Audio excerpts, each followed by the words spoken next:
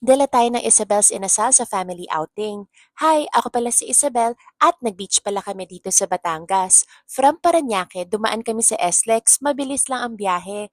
Nag-prepare kami ng bundle na kompleto na ng garlic rice, calamansi, sile, chicken oil, at syempre hindi mawawala ang homemade bagoong. Pagdating sa venue, pinainit na lang namin yung chicken sa grill at pinrep namin yung food sa table, Kamayan style. Saktong dinner time na rin kami nakakain, kaya naman gutom na rin ang lahat habang nagkwekwentuhan. Mas na-enjoy namin ang chicken inasal with bagoong, lalo na't nakahain ito sa dahon ng saging. Mas feel din namin yung food habang nagkakamayan. Kinabukasan, nag-enjoy naman kaming lahat sa beach. Walking distance lang sa place na stinayan namin. Medyo maalon nung time na yon, kaya naman ang mga kids, nag-enjoy na lang muna sa paglalaro ng sand. Buti na lang may swimming pool yung place, kaya nag-enjoy pa rin yung mga bata.